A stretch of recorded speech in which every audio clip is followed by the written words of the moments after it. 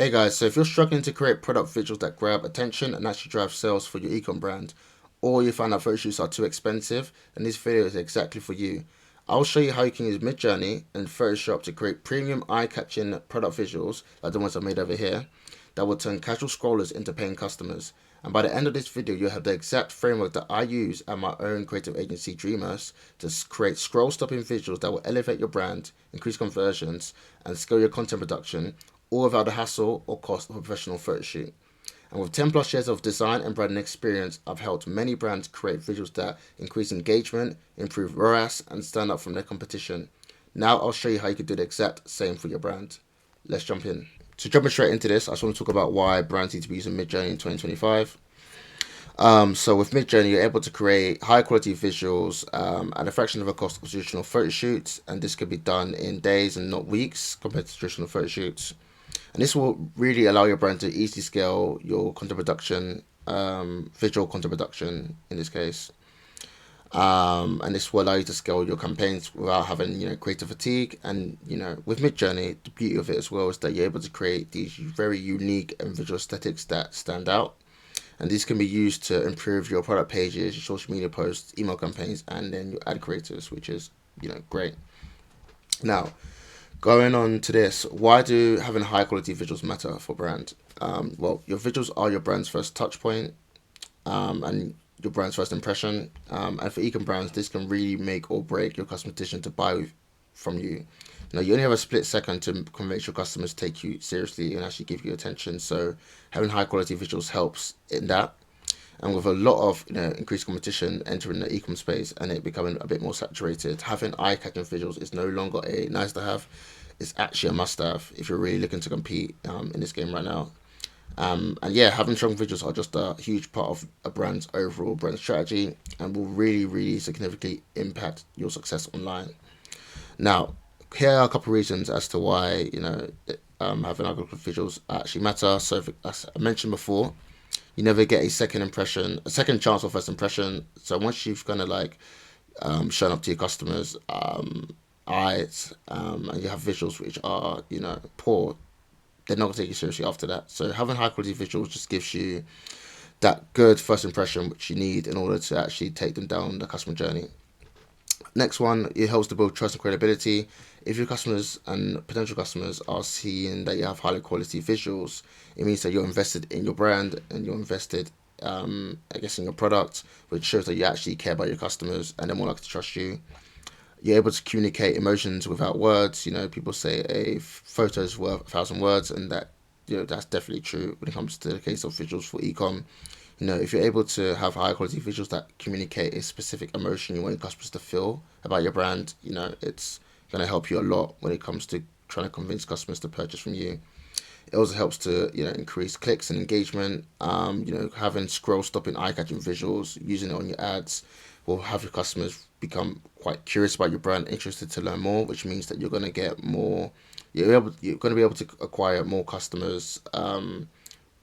Well, you're gonna get people to click on your ads more, which means gonna be able to acquire customers a lot cheaper. And also, yeah, it allows you to stand out from your competitors. If you have visuals that are different and unique and aren't, the same as your competitors, people are gonna just pay attention to you more, and it will allow you to stand out, even if your product, is the same or even worse than your competitors. It just gives you that edge. And overall, this just leads to higher conversion rates. Now, what makes a visual high converting? So, whoops, over here I have two examples of visuals. I've got a kind of boring, poor visual. No offense to the brand, but it just looks a bit weird. It looks very AI-ish, which is not what you want to do. Obviously, we're trying to create visuals with AI, but there's a way to do it, which I'll show you in a second, well, later on in the video. But you see here, it doesn't really catch my eye. It's very all over the place, very distracting.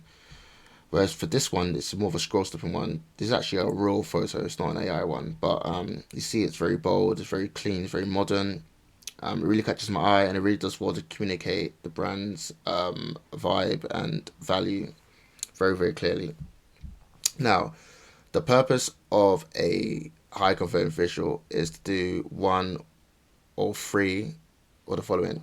It's to stop the scroll. It's to help build a connection with your customers. It's there to help drive conversions. And ideally, you want your visuals to do all three, especially when used on ads. And the way you can do this is through using color psychology. So just picking the right colors to evoke certain emotions, which will help to influence how your customers feel about your brand. It needs to be eye-catching, of course. You need to be bold and unique and stand out, especially when you're running ads, so that it actually catches your customers' attention in a crowded feed, and you're able to, use strong contrast is another way to do that as well.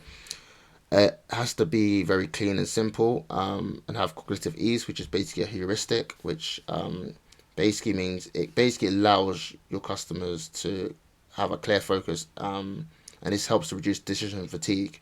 People don't want to be looking at your visual and trying to like figure out what you're trying to sell or why they should care about your brand or your product. So make it as easy as possible for them to understand your value and your product as clearly as possible while still looking good, like in this example over here. There also needs to be brand consistency. So using the right colors and styles and elements that align with your brand, and it's very consistent across your different touch points. And this helps to build familiarity and trust across your brand over time. Using the right visuals to tell a story about your brand and your products, and it just shows how you need to show how your product and brand fits into your customers' lives and solves their problems. And that can just be done through using the right elements and props and settings, etc. in your visuals, which we'll talk about more later section. And also just overall building that emotional connection with your customers and being able to evoke an emotional response in them, your dream customers. And once you know your dream customers in and out, you're able to do this with ease, and I'll show you how to do that shortly. And this will help you create a memorable impression and help you to drive action. But yeah, that's, I guess, an overview of why having visuals matter and how you can start to create high converting visuals. But moving on, you need to also know your brand identity. Now, your brand identity is basically the heart and soul of your brand, and you need to know this inside and out before creating any visual in order to make sure that it's effective. And this will be very foundational to everything you're creating. So if you don't know your brand, core values, your personality, your vibe, your feeling, anything basically that represents your brand, your visuals are just not gonna look and feel right. They're gonna feel scattered. They're gonna feel unaligned. They're gonna feel very forgettable to dream customers. And you need to know what your brand stands for really, really in depth, and how you want it to make your customer feel in order to get them to actually, you know, buy from you, which is exactly what you want with your visuals. At the end of the day, they're not just there to look nice; they're actually there to kind of convert your customers. Well, convert cold traffic into paying customers. And it's just all about communicating your brand's message in a way that resonates. But yeah, jumping in, there's three main areas of your brand identity which you need to know in depth, which will help with your creative direction. So you need to know your core values. It's just basically what your brand, in a way, stands for. What are some keywords that your brand wants to be known for? Do you want to be known as sustainable, inclusive, for like your community, transparent, authentic? Make sure you actually know this for your brand. If you're not sure, think about your own values, think about your dream customer values, and incorporate that into your brand identity. But you should know this quite clearly. Your brand adjectives, sorry. How would people describe your brand to their friends, and how would you also describe your brand when, I guess, talking to potential customers or pitching? Are you bold? Are you playful? Are you sleek? Are you vibrant? Just really understanding very clearly the adjectives. Sorry, what am I saying? Adjectives that represent your brand, and just knowing that down on the doc. And also, what emotions do you want your brand to feel? Not your brand to feel. What emotions do you want your customers to feel when interacting with your brand? Do they want to feel, confident? Do they want to feel comfort, excitement, trust? All of that. Make sure you know that all down, and think about, what's the ideal emotions you want your customers to feel in order to get them to convert and purchase of you. And overall, this will help to guide your creative direction. And moving on, as mentioned about your customer, you need to understand them even more, because your visuals are made for them. They're not made for you. When you're making visuals, you're not making something that you like the look of. Obviously, it's great if you do that, but you want to make sure that it actually speaks to them. And to actually make it convert, you need to know them deeply, and both the demographics and psychographics. Now you want to also know, what kind of visuals, colors, styles, etc. are going to grab their attention and resonate with them emotionally. The better you understand them, the more your visuals will resonate and the more effective they'll be for driving results. So obviously we have over here demographics, which is just the base level of understanding of your customers, which is, I guess, is the exterior. Whereas the psychographics is more the interior, so the psychology and how they think and how they feel and how they look at life, like their values, their interests, their lifestyle, pain points, challenges, desires. All of that is really important if you want to make visuals that really resonate with them, and also will help you with your copy as well. If you end up taking these visuals and creating ads with these. And these are just some different sources you can use to kind of understand your customer a bit more. So you can use ChatGPT, you can use Shopify data, whether that's your reviews or customer data, Reddit, looking at different posts or subreddits that your customers are talking about your products or your competitors or your niche in general. Same as Quora. Check Amazon reviews, Instagram comments, Perplexity AI. It's like a research search tool. Highly recommend it if you're trying to do research. And also TikTok comments as well, and TikTok posts which are related to your product or competitors' products or niche. But yeah, so I've got a quick exercise that I highly recommend if you're trying to even go in more detail about your dream customers. It's called the Day in a Life exercise. And this is where you get all your research, which you should have noted down in like a Word document. And you want to be able to create a day in the life of your dream customer. And this will help you to understand how your product fits into the daily routine of your customers, and how they need, and also their needs. And also, it's a very powerful way for generating lifestyle visuals for your brand. And I've got a prompt over here. If you really want this prompt, send me a message. I'll send it over to you. Send me a message on either Instagram, Twitter, LinkedIn, whatever. I'll put my details in the description. But long story short, it basically just you insert your research into ChatGPT, and you just talk about using information provided about your brand and your customer. I want you to create for me a vivid, detailed narrative of the day in the life of my dream customer. The story should highlight how product name fits into the daily routine, addresses their needs, evaluates their pain points, etc., etc. Long story short, it's going to create you a long story about how your product has helped fits into their lives, and I guess benefits them, and actually it can actually help them improve their lifestyle and help to fulfill both their practical and inspirational desires. I've actually realized I've made some silly mistakes there, but you get the gist. And I'll just give you like a long narrative basically that you can definitely get some ideas from for the next stages. But yeah, now you might have noticed we've actually not talked about MidJourney at all so far in this video, and that's because you can't just jump into MidJourney and just start to create. You actually need to know what you need to create and why you're creating it. And the best way to do that is by actually understanding your dream customers. Who are the people you're actually creating the visuals for? You just don't want to create visuals for the sake of it. You actually want to make sure that it resonates. So moving on to this stage is about creating a mood board. And this is where you take all your research and you visualize it. And this will act as a visual guide that will help you to, I guess, gather inspiration and visualize your creative direction. And this should not only reflect your product, but the overall brand, the vibe and emotion you want your visuals to evoke. So I've got over here another ChatGPT prompt. And what this is going to do, it's going to get your research about your brand identity and your customers, and it's going to give you the most effective search terms and keywords that you can use on platforms such as the ones below, which I'll get into in a second, that will most likely give you images that are aligned with your brand aesthetic in order to evoke the right emotional response in your customers in order to create high converting visuals. And again, if you want this ChatGPT prompt, just send me a message on my socials. I'll send it over to you. But you can just pretty much screenshot it if you want. Doesn't matter. I'm happy to do either. But the different websites I use for visual inspiration is Pinterest, which is just I'm sure you know about Pinterest, just a image inspiration website. You can just save different images that you have over here. Just search for what you want.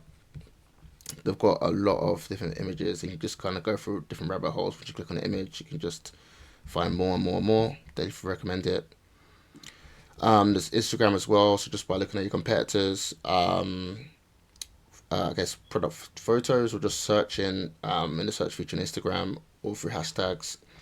There's also a website called Cosmos, which is a pretty cool website, kind of like Pinterest, that just kind of has some very cool aesthetically pleasing, unique visuals, which, very, very definitely relevant for lifestyle type brands like fashion, beauty, skincare, all of that stuff. Definitely recommend it. You can also search by color and search by image as well. Highly recommend it. There's also Stills, which is just a proper product photography stock image website, which is just high quality, professional. Definitely get inspiration from here. Behance as well, which is a creative inspirational website. But yeah, these 5 websites you can find inspiration from. You can find it from anywhere really, but these are just what I recommend. But anyway, when you're looking for inspiration, these are just different components you want to look out for. So you want to look out for the settings in which the videos are, I guess, shot in or take place in, the shots, the lighting, the colors, the models, composition, props, camera angles, textures, etc. Look at all of these elements in each photo you see, and you just want to make sure that at least if for one of these it resonates with your customers and aligns with your brand. You might see a product, for example, if I just go on Pinterest, you might like, for example, the colors used here. You might like I don't know, the shot. You might like I guess, the props, the angles. Find, feel free to just find any image over here that has something that you like the look and feel of, that comes across under these categories. Either it could be either just one category or all of them. Doesn't really matter. Just save anything that kind of comes under these areas, because this is going to help us when making the prompts in MidJourney. So once you've saved all the images that you found on these websites, you then want to start to organize them. You could either do it on Pinterest. If you've just found images on Pinterest directly, you could either do it using Millernote, which is I guess, a creative organizational tool.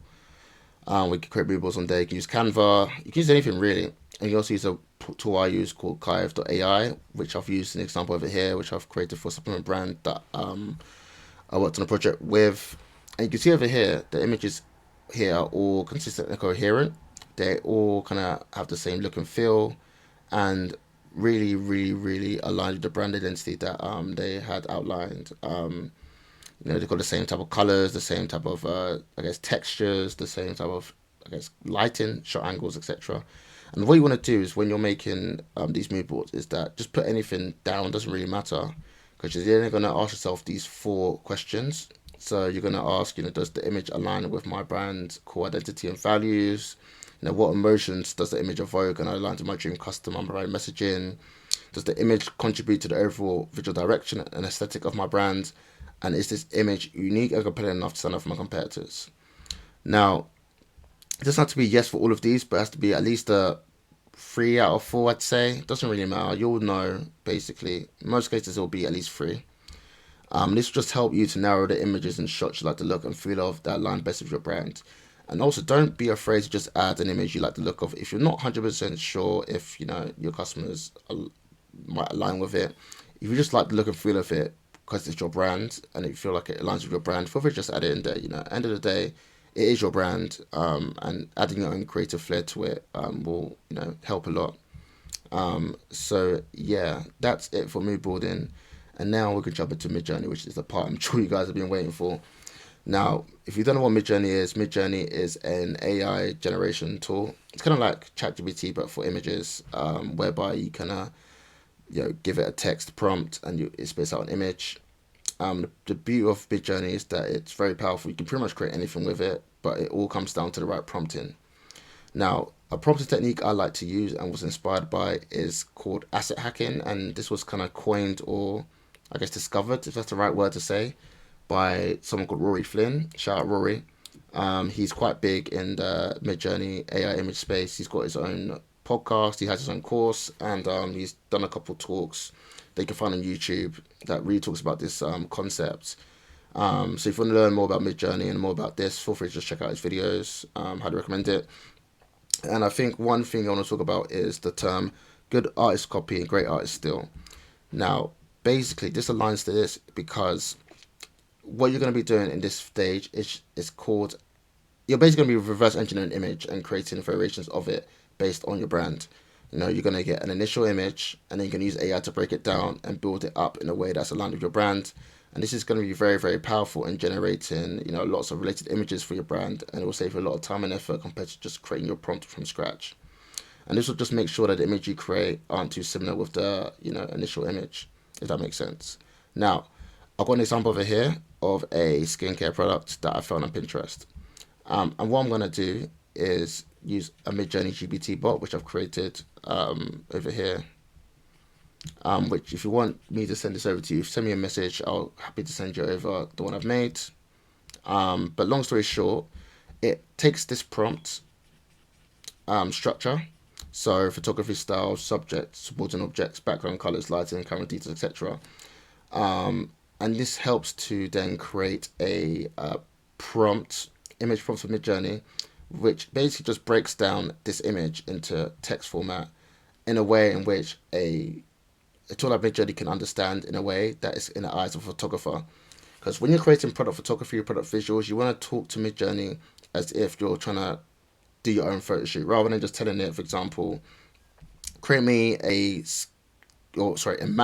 a skincare jar on a green mossy platform.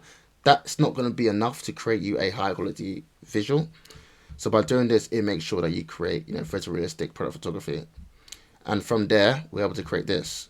As you see, it's not 100% close to it, but it gets a pretty good result and a good starting point. Now, let's say you have a drinks brand, and you want to now add your drink to the scene. You need to just then change the subject, which was this, into your drink can. And you just need to just describe your product as simple as possible. Because in later stages, we're actually going to add your product into it, but we'll get into that. We just want to describe your product as simple as possible and add it into the subject. By doing that, we're able to create this.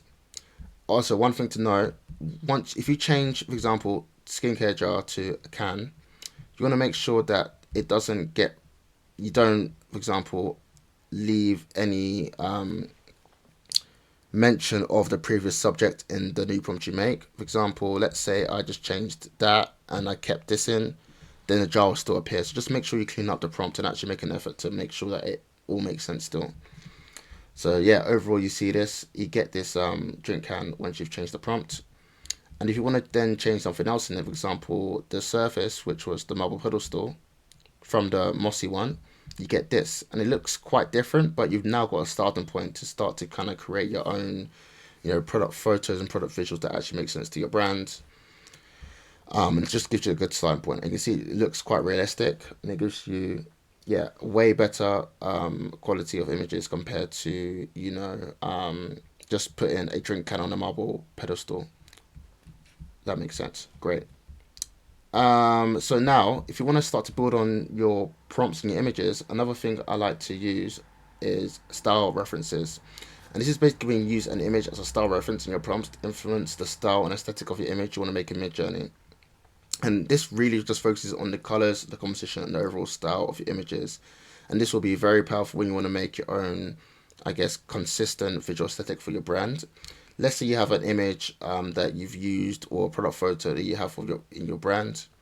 You could then use that in MidJourney to reference it. For example, I'll jump into MidJourney now. And for example, you can just upload the image over here. I just got some random images here for a mood board I was creating. But basically, long story short, you just, click on that. And then you can just, for example, I'm just going to get an example. I'm going to get this prompt and just do it. If I just copy that and then paste that there, and then click on this paperclip here and then enter, it's going to basically reference the colors and the overall style of this image, and then, make it influence this prompt, which you'll see in a second.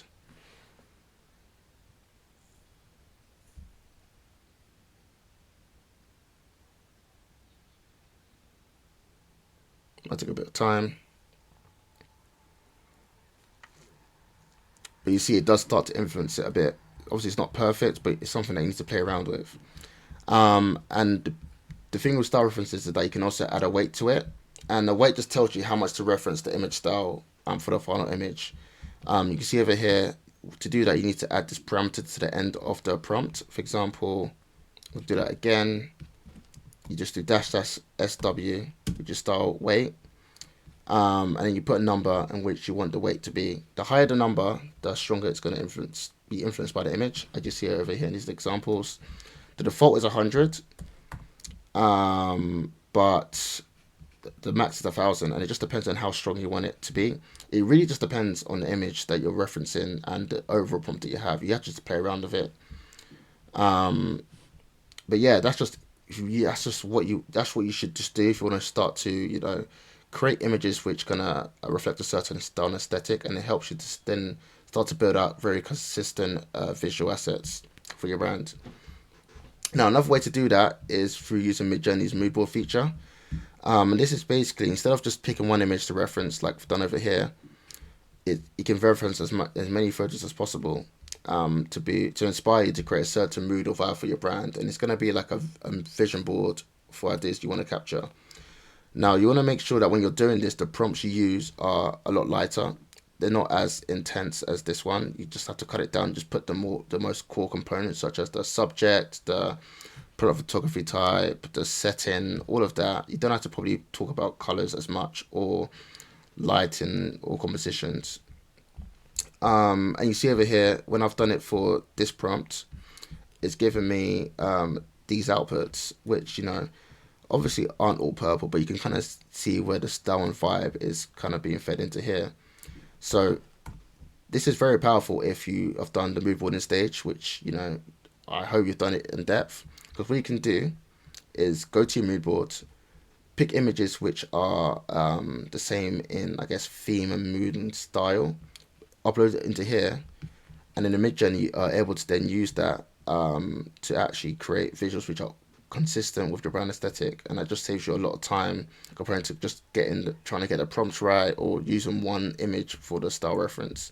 Obviously, this has a time and a place for it, but this requires a lot of experimentation. And this is something that you want me to make a video on. I'm happy to do that, to go a bit deeper into how I use this for projects with my clients. But yeah, and finally is the chaos parameter, which I like to use. And for this, it's just basically influences how varied the initial grids you make a MidJourney come out like. So, for example, a higher chaos will produce more unusual, unexpected results and compositions, whilst a lower one will give you more reliable and repeatable results. So, for example, if I do a chaos of, let's say, 50, you see over here, there's no chaos, and it's all pretty similar, quite consistent. If I add a chaos of 50, it's going to make sure that each tile is very, very different. And I'll explain why this is really powerful when creating images of MidJourney. Now, you see over here, this image, that image, that image, and that image are completely different. And what I like about this parameter, and why I think it's powerful, is because let's say you're not too sure which direction to go towards for your brand, but you know what type of colors, what type of mood, what type of feeling you want. It will keep that pretty consistent, but it will kind of you'll kind of give it a bit of a different, a different edge, I guess. And what you can do is just keep on running it and just find a direction you like the look of. For example, let's say you like this, and then you can just kind of, vary it. You can vary it strong, and it'll give you even more creative direction towards that. Where is it? Sorry.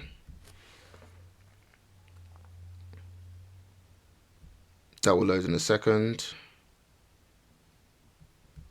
But yeah, you're able to then go down a rabbit hole of creating images which all look the same pretty much.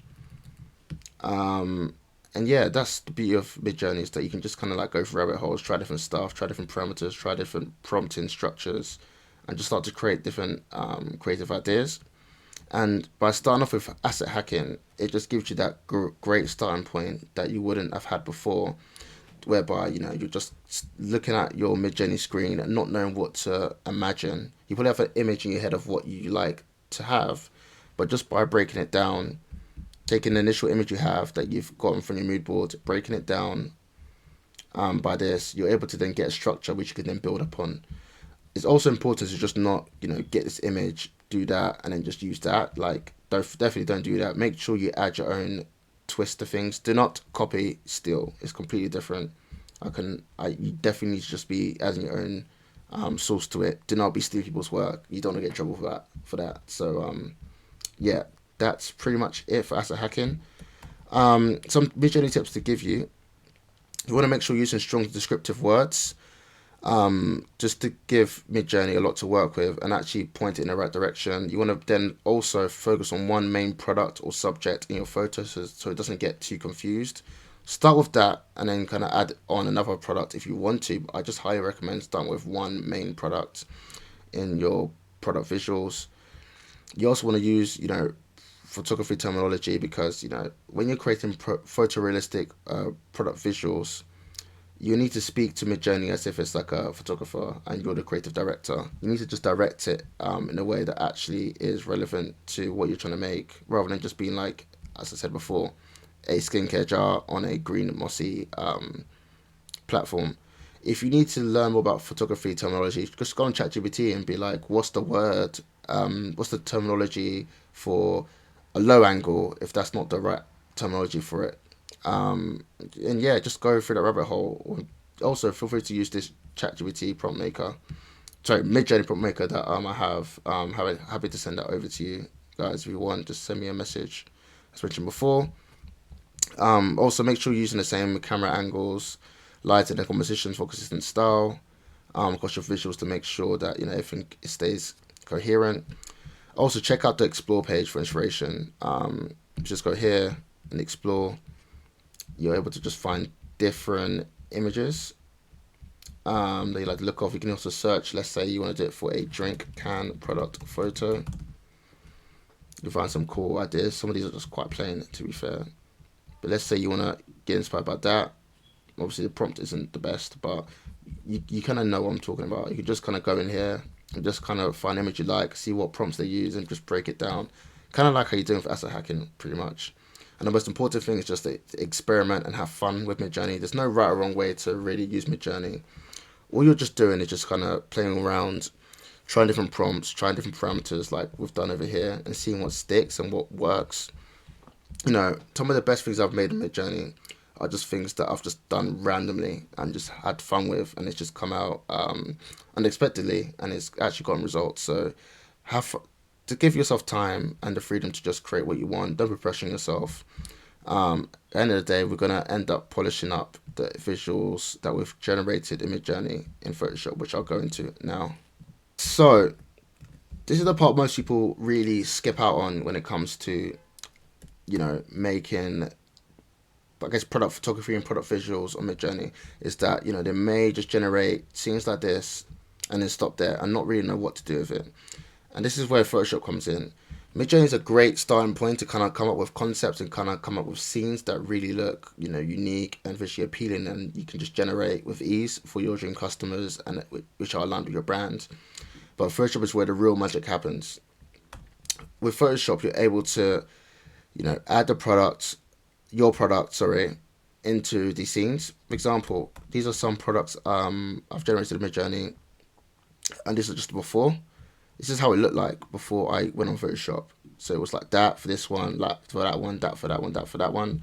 And then what I just did was get a product render for all of these and add it to the scene, and then just use some Photoshop skills to add some depth to it by shadows, lighting, highlights, color grading, color matching, all of that to make sure that it all ties in, so that it doesn't even look like this was generated using MidJourney. You see how this all looks like it fits into the scene as if I made this in MidJourney. Well, that's because I just made sure that the product render I added into the scene blends into the generated scene, so that instead of it being like, oh, it's AI art, blah blah, it's just that AI has assisted me in making these visuals, which is pretty powerful. And I feel like this is the best way to use MidJourney. People talk about how people are quite skeptical about AI art and MidJourney, and people think it's poor quality, and that's because people aren't adding a human touch to it. I feel like with AI tools, the inputs are first of all the most important thing, which we've pretty much WordPress, which is pretty much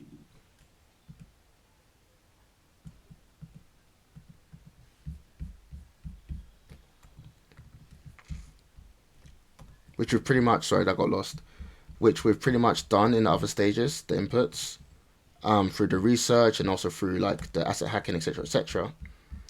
But the part that comes after is the human touch. So it's having good inputs, entering it into MidJourney, and then the output, polishing it up with human touch and creativity to create these high quality product visuals. Now, if you don't have a product render or image, it's highly important that you have one. Three ways you can do that is through hiring a 3D renderer to model your product render for you.